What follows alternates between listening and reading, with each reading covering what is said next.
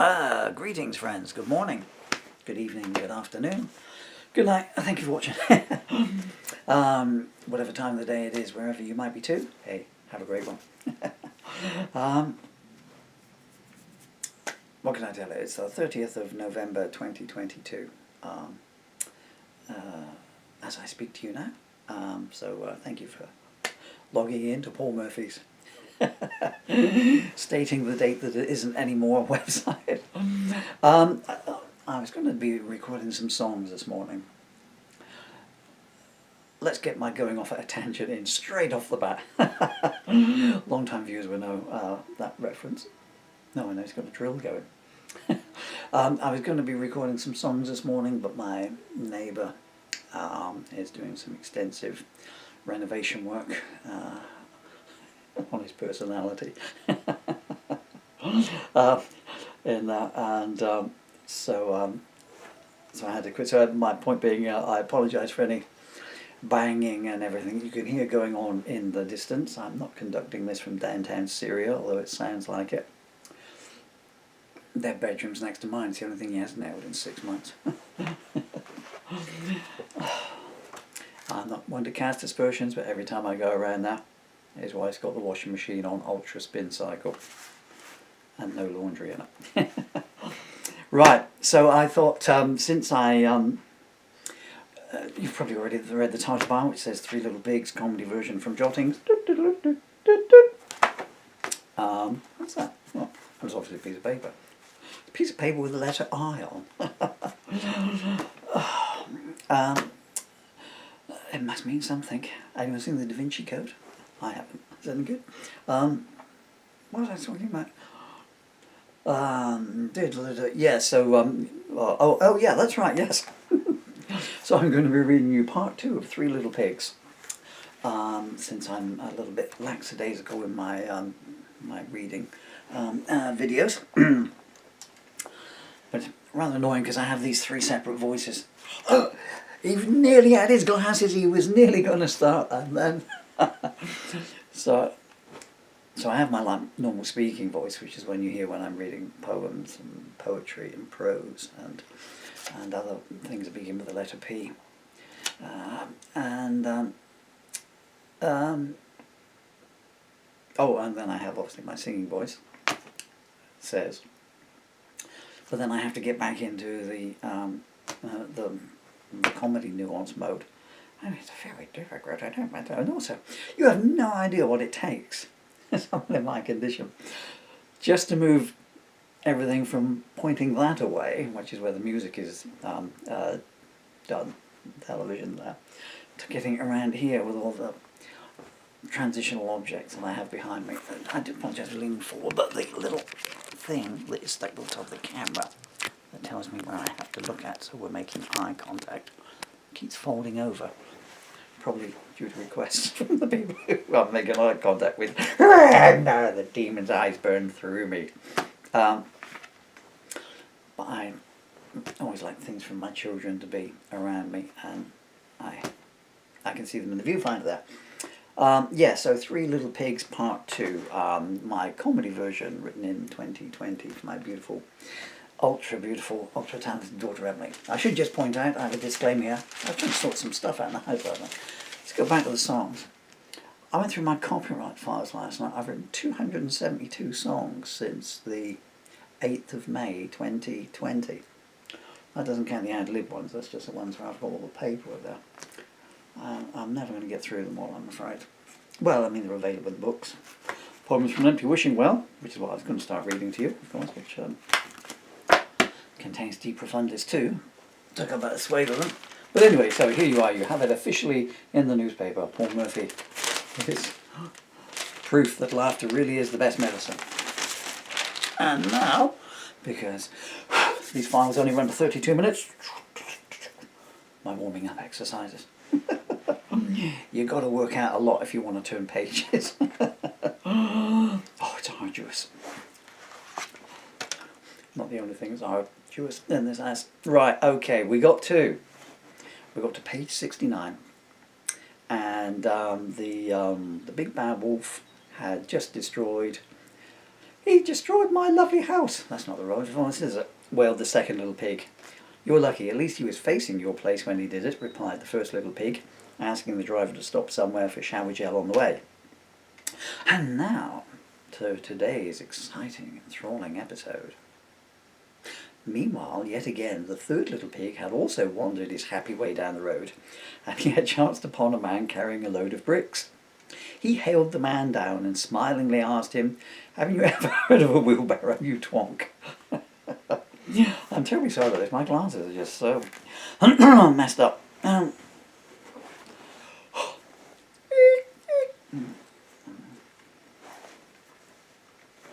There we go. I'm blind in one eye in any case. I can never remember which one. Where did we get to? Oh yeah, halfway down the page there.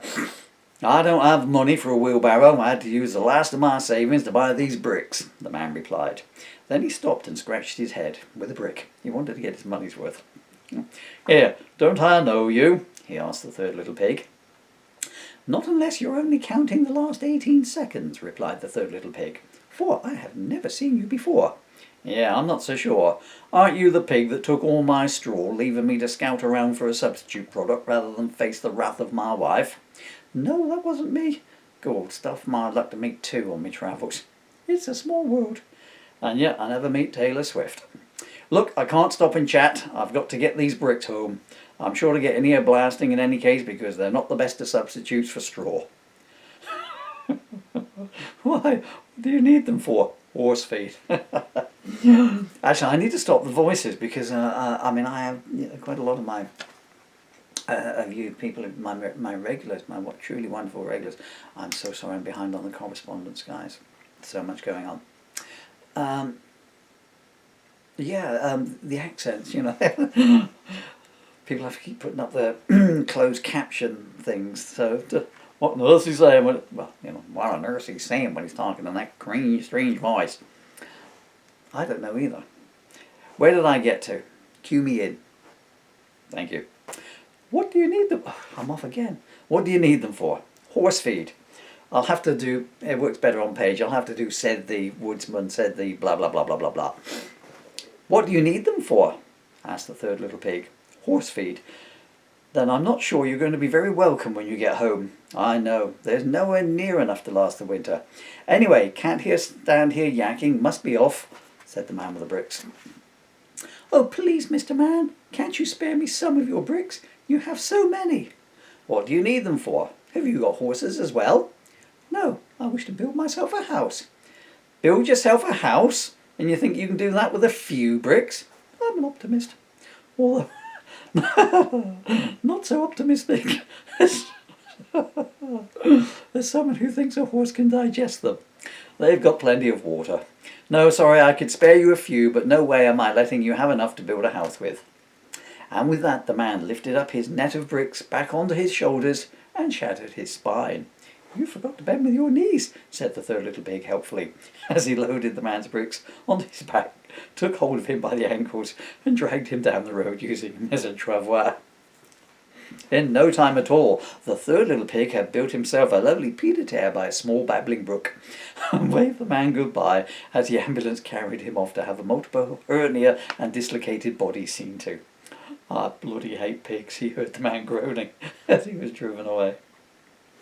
Later that evening, the third little pig heard a frantic banging on his front door, despite the please use the bell sign.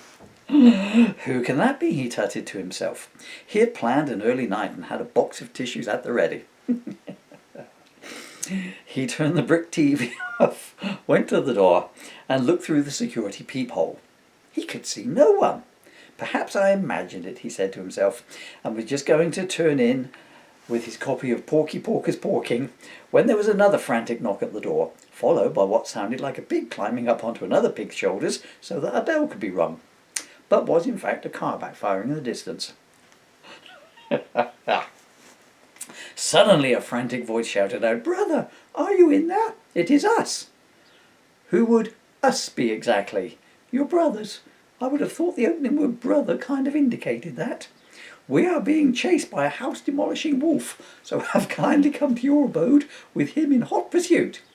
I see. Well, don't take this personally, but piss off. Brother Pig Little the Third, do not shut us out, we plead. The wolf is bearing down upon us. What is more important to you, your wonderful new house, or the two brothers who bullied you terribly when we were younger, repeatedly ironing your tail so it was no longer curly and causing all the other pigs in school to call you Mr. Straight Tail? There was a long pause. Brother, are you still in there? The pause continued, like this. Brother, we could really do with coming in just about now. The wolf is just at the bottom of the gate. Dum-de-dum. Did we mention that we know where Father keeps his best scotch? Boys, come on in, wipe your feet and make yourself at home. If it's okay with you, we'd like to take up positions cowering in a corner. I'm sure it can't be that bad. Maybe you guys on the ball... Oh, that's much better. Maybe you guys on the wolf just got off on the wrong foot. Tell you what, when he knocks, you go out and discuss it with him. We'll stay in here and read. Hey, is this the latest issue of Porky Pork is Porking? There's an article on stone cladding in it that I want to read. Why didn't you buy Stone Cladding Monthly then? Do you want to go back outside? No, we're good. Just then a tumultuous banging came upon the door. Wouldn't have been really good if the neighbours had chosen that moment to tap a nail or something in. You just can't get the staff. Call Central Casting. Where did we get to? Oh, there. I don't know why I bothered. Just then, let's go back a line. Just then a tumultuous banging came upon the door. I don't know why I bother buying that please use the bell sign, muttered Little Pig the Third. What is it with me and the letter N today? Who is it? He called out. Mrs. Laura Trepanning, a passing brick specialist. What is it with me and the letter B this morning? Who is it? He called out. Mrs. Laura Trepanning, a passing brick specialist from Chicago. I'd like to come in and talk to you about the style of stack bond you have used in the design of your house. You speak in a very strange voice, Laura. Yes, it's because I haven't read this passage in 2 years. It's coming to me thick and fast at the moment. Play your cards right. No ad-libs. No naughty ad-libs. Really, well, I'd be honoured, Laura. Just let me op. What are you two doing? Get off me. The lady and I have a lot to talk about. Do you actually think that is a passing brick specialist? What is it with me and the letter S this morning? Me and the alphabet, we have issues. Do you actually think that it is a passing brick specialist from Chicago, given that Chicago is 3,937 miles away? Oh, brother Little Pig the First, what a cynic you are. Nonetheless, allow me to humour you. He turned to the door. Mrs. Trepanning, would you have a business card I could see, please? Just a second. I keep going up 15 octaves, I don't know why. There was a pause. Then a small card appeared under the door. Can I come in now? This appears to say Big Bad Wolf, speciality, pig eating. Party rates available.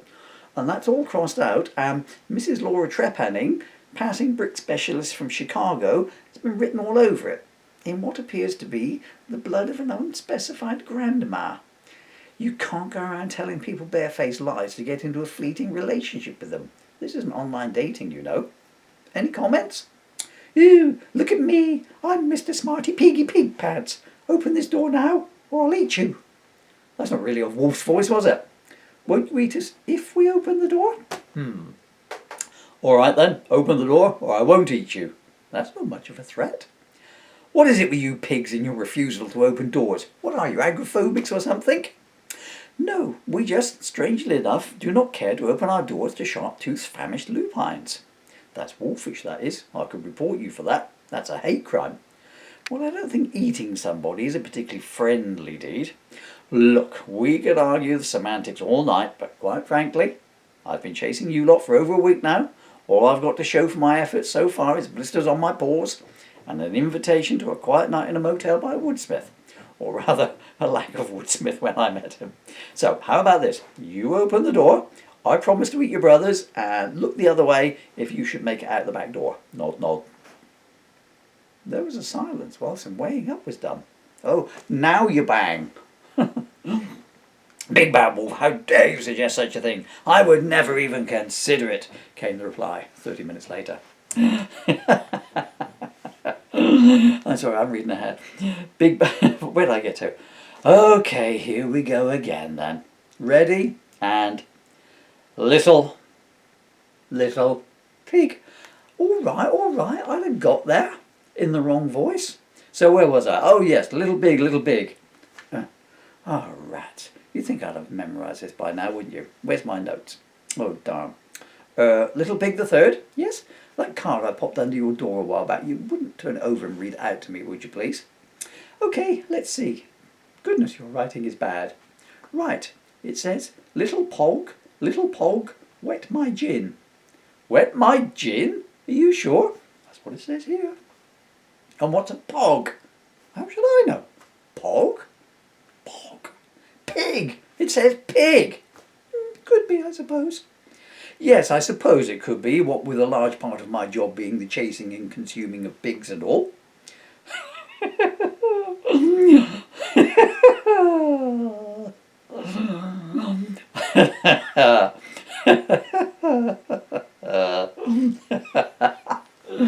Are you sure? Are you sure you don't eat pogs? They might be very nice. Quite digestible. Especially nice on toast, I expect. It does not say pogs. Could we have pogs for dinner? Piped in Little Pig the Second. There's no such thing as pogs, hissed Little Pig the Third under his breath. Oh, I was quite looking forward to one. Can we focus? There's a wolf outside the door. I'm trying to think of a plan to save us. What have you come up with so far? Well, so far I've come up with this. We wait it out, and eventually he will die of old age. I guess that's what you call a long-term strategy, mused Little Pig the Second. Why have you gone all quiet in there? You haven't all died of old age, have you? Came an optimistic voice from outside. Who the heck are you? Asked the wolf. I'm Mrs. Laura Trepenning, a passing brick specialist from Chicago. Of course not. I'm a tuba player from Croydon. And that Mrs. Trepenning and her tuba carried on down the road. Well, that's going back somewhat to my absurdist style of the Eric Wobble diaries, which does not work if someone reads it to you, unfortunately. The wolf turned... How am I doing for time here? 17 minutes and 48 seconds. The wolf turned his attention back to the pigs. How are we getting on with my script? I've had another look. It might say, little pig, let's forget all this animosity and go our own separate ways. Are you sure? I think it might say, let me in, don't you? It's so hard to tell. Your writing really is abominable. You try writing neat when you're esurient. Esurient? Yes, it means hungry. For someone so snide about my handwriting, you're not very eloquent, are you? Sticks and stones. Thank you, that reminds me. Sorry, I went off message there for a while. Little pig, let me in. Over to you. Not by the hair on my chin, I'll not let you in. Then I'll huff, and I'll puff, and I'll blow your house down. Wait, I can do it better. Let's have a do-over. Then I'll huff, and I'll puff, and I'll blow your house down. Oh, it's getting very ham-trap. Yes, that's much better. Much more nuance. You have no right to blow my house down. Actually, I do. It appears neither you... or your brothers apply for planning permission before going on a dwelling building binge. You can't just go around shoving up houses just because you have some spare materials to hand, you know. I will appeal. Don't you mean I will squeal? Just my little joke. We wolves have quite a bad press, but we're really quite good company when you get to know us. You know, before the rending of the powerful jaws starts and that. We'll take your word for it. Meantime, you're not coming in, and I should warn you, we are seriously considering civil action against you for emotional distress. Chasing us all over the countryside and blowing our houses down, we could get a complex. Boo-hoo. Anyway, to reiterate, you have 15 seconds to open the door and let me in, or I will huff, and I'll puff, and I'll blow your house down. Why doesn't he just blow the door down? Whispered Little Pig the First. Save himself a lot of effort. Can you help us with our predicament rather than his? Hissed the little pig the second back on a different page, taking the narrator by surprise. Ready or not, here it comes, yelled the wolf, and with that he drew 1, then 2, then 3, then 4 huge intakes of air into his lungs, went up to the wall of the pig's house, and he blew, and he blew, and he blew, and he fell to the ground with a hernia longer than his tail. "Oh, I've darn ruptured myself," he howled. Replied the pigs, rolling around the floor in hysterics, safe inside the strong walls of brick. "How about some sympathy?" called out the wolf. Very, very well. We are sorry you didn't blow yourself back to where you came from," they said. "Right, that's it. No more Mr. Nice Wolf." "Nice Wolf? I'm coming to get you 3, as soon as I can stand up. Here we go." Didn't hurt, not crying. "You're not seriously going to try blowing the house down again?" asked Little Pig the Third incredulously. "You couldn't blow a dandelion the state you're in." "I have another plan. I shall climb onto your roof and come down your chimney and get you and eat you." "You're not one for the element of surprise, are you?" "My plan is flawless. It doesn't matter if you know it in advance." Little Pig the Third turned to his 2 brothers. "I myself have a plan. Hey, I'm talking to you. Put that copy of Porker's Porking down. Pay attention. Little Pig the Second, I want you to put a big cooking pot onto the fire. And Little Pig the First, I want you to fill it with water. While he's doing that, Little Pig the Second, I want you to wallpaper the landing upstairs. Is that part of the plan? No, but having put me to all this trouble tonight, you can damn well do something to compensate me." As the pigs did as they were bade, there was a pause while someone checked the time, 21 minutes. As the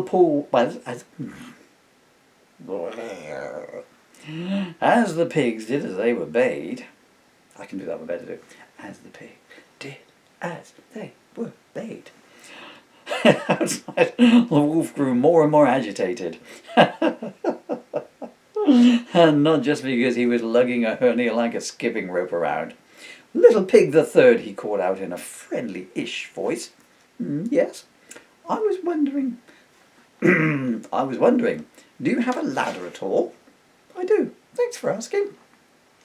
"I was just wondering where you kept it to. I'm concerned about it being stolen, that's all." "Oh, well, I'm sure it is nice and safe over in the 5th village away from here." Nice try. "Okay, I'm getting this show on the road. It's been a long day. And while I'm busy out here, can you 3 cover yourself in salt and cooking oil, please?" As the wolf reached the wall and began inching himself up it, the third little pig threw even more sticks on the fire as his brother brought jug after jug of water in and poured them into the huge cooking pot. "Any second thoughts in there yet?" yelled the wolf. "I'm perfectly willing to accept your surrender." No, you carry on as planned," called back Little Pig the Third. "Norks." Came a quiet voice from outside.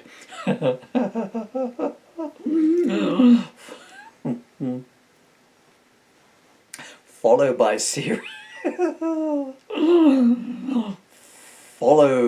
series of stifled, agonized, scraped balls in bricks as the wolf climbed higher and higher. Eventually the wolf reached the door and shuffled his way to the chimney.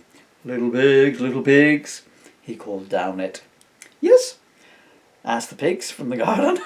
What are you doing in the garden?" "Well, we came outside to see you climb the wall. We've been stood here for half an hour now. We did laugh a bit when you slipped and got your tail caught in the guttering and swung there like a pendulum for 5 minutes, bashing your head into the eaves as you did so." "You 3 are really starting to curdle my way," howled the wolf. "Get back inside now and await your imminent demise." The pigs went back into the house and settled into the main room. "Ready down there?" "As will ever be." "Then here I come." And with that the wolf hurled himself down the chimney. Down and down he bumped and emerged straight into the cooking pot. Dun dun dun! There's no music, I thought I had some. While he lay there, relaxing and humming a series of his favourite show tunes, the 3 little pigs looked at each other. "Is that what's supposed to happen?" whispered the second little pig, to his preceding brother. I don't think so, he replied. What was the plan again, Little Pig the Third? Well, the plan was he would fall into a big pot of boiling water and be scolded away. Maybe I should have turned the fire up then. I thought we were going to have soup for supper. You berg. Mr. Wolf? Please, don't be so formal. Call me Big Bad. Okay, is everything all right with you there, Big Bad? I do have one problem, since you ask. Scolding? Boiling? Oh no, it's just the right temperature for me, making my fur go all soft and fluffy it is. No, I was just wondering if you had any candles you could bring me. Pop them around the edge of the bath here for a little soothing ambiance. 25 minutes. Bath? Yes, I must say, it's very nice of you to lay on this nice surprise of me, after all the abode destruction and edible intent I've brought your way. Scratching his head perplexedly, the third little pig left the room, returning some time later with some candles, which he placed around the side of the cooking pot and lit. The wolf sighed a contented sigh, and leaned back against the side of the pot and dangled his arms over the side. Anything to read to hand? He inquired. Only this, I'm afraid, said Little Pig the First, handing him a copy of Porky Porky's Porking. Oh my, murmured the wolf, flicking through the pages quickly. I say, that Miss April has a lovely pair on her. 7 pairs, in fact. But the wolf's musings were interrupted by a sudden knock at the door. Do I have to read faster? I might have to. But the wolf's musings were interrupted by a sudden knocking on the door. The pigs looked at each other. Well, you would, wouldn't you? What? Well, it's not me, is it? Asked the wolf, who was looking at the adverts in the back of the magazines and jotting down a few numbers. The third little pig answered the door. Oh, yes, you're okay opening the door when there's not likely to be a wolf standing there, I see. Huffed the wolf, somewhat hurt. Yes, that's right, actually, said the second little pig. He looked to see who the third little pig was talking to. It was a woodsman. I'm sliding down the chair. Excuse me a second. It was a woodsman. You haven't seen a wolf anywhere, have you? He asked Little Pig the Third. Said the pig, stalling. What did he look like?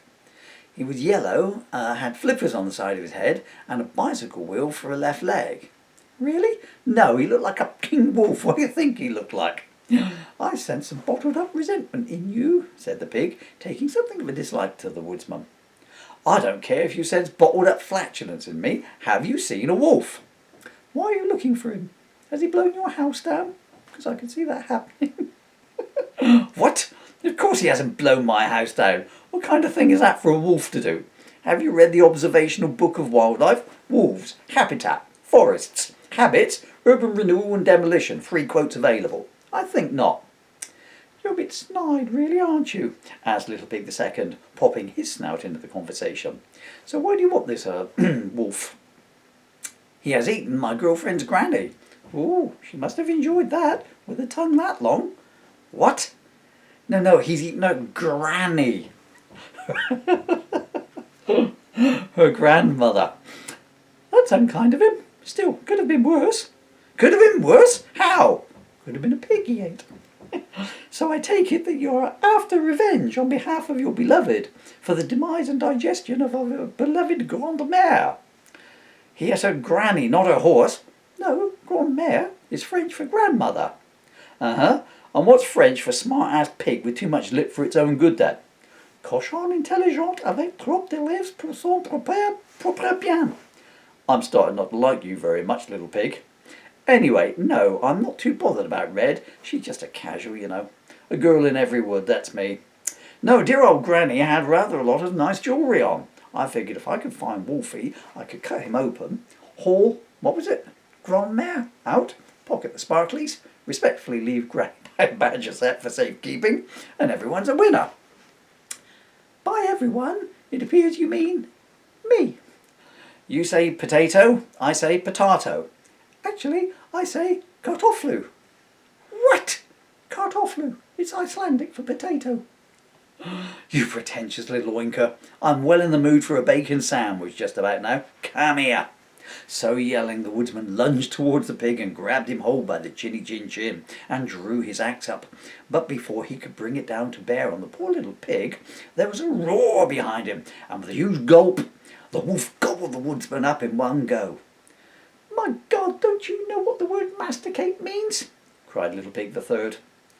"And that's thanks, is it?" grunted the wolf, following it up with a belt that would have blown a straw house down. "No, no, I am grateful," said the little pig, "although I would be more grateful if you wrap a bath towel round yourself. I can see your wolf pack swinging like a pair of hairy yo-yos." The wolf did as he was bidden. "So where do we go with this?" asked Little Pig the first. "I mean, you saved our brother's life, and we're very grateful, but then you blew my house down." "And mine," chipped in Little Pig the second. "And have you seen the waiting list for social housing? Years, especially when you haven't got any children and are a pig." "Well, can't you build another one?" "Do you have any idea how hard it is to get building materials?" "Not very, I would say. In the space of a day you got enough sticks, your brother got enough straw, and this other brother here got enough bricks to build yourselves each a house. Apparently without a single coin of the realm being given in exchange, from what I can see. I don't have a house, you know. The wife and kids have a burrow and I live above ground. We dream of living in even a straw house." "So would I," muttered Little Pig the first under his breath. "We might just make this one fast." "I think we might be able to find a solution to all our problems," said Little Pig the third, and with that he crept up behind the wolf and quickly did a Heimlich on him. With a huge splurge the wolf expectorated up the woodsman. He sat there on the ground, rubbing his eyes. "Oh, what a terrible ordeal," he said. "Stuck inside that wolf's belly. I can't tell you how grateful—" His words were cut short by a Little Pig interrupting him, by means of whacking him on the bonk with the stump end of his axe. "One down, one to go," smiled Little Pig the third, as his two brothers lugged the comatose woodsman to the lip of a fox's den, attaching a note in his hand that read, "I am a very bad person. I can no longer live with my crimes against timber, and so I have chosen to end my own existence by my preferred chosen method of knocking myself unconscious and then lugging myself halfway across the forest to be consumed by foxes. Yours sincerely, a woodsman." Back at the brick house, Little Pig the third turned the wolf around and gave him another huge Heimlich. And then with another almighty splurge, out popped Red Riding Hood's grandma. Somewhat worse for wear. "Are you just doing this for fun?" asked the wolf, trying to pop his ribs back in place. "No, no, not at all," said the third Little Pig. "See?" And he pointed out all the lovely jewellery that semi-digested grandma was still wearing. Epilogue. Before the week was out, the three little pigs were living the life of Riley in their solid gold house, and the wolf and his family were ensconced in the third little pig's brick house. And they all lived happily ever after. I think we just made it. You've been absolutely wonderful with your time. I'm sorry I went off message. I'm sorry I can no longer speak. You've been wonderful. I've been Paul Murphy. Thank you for your time.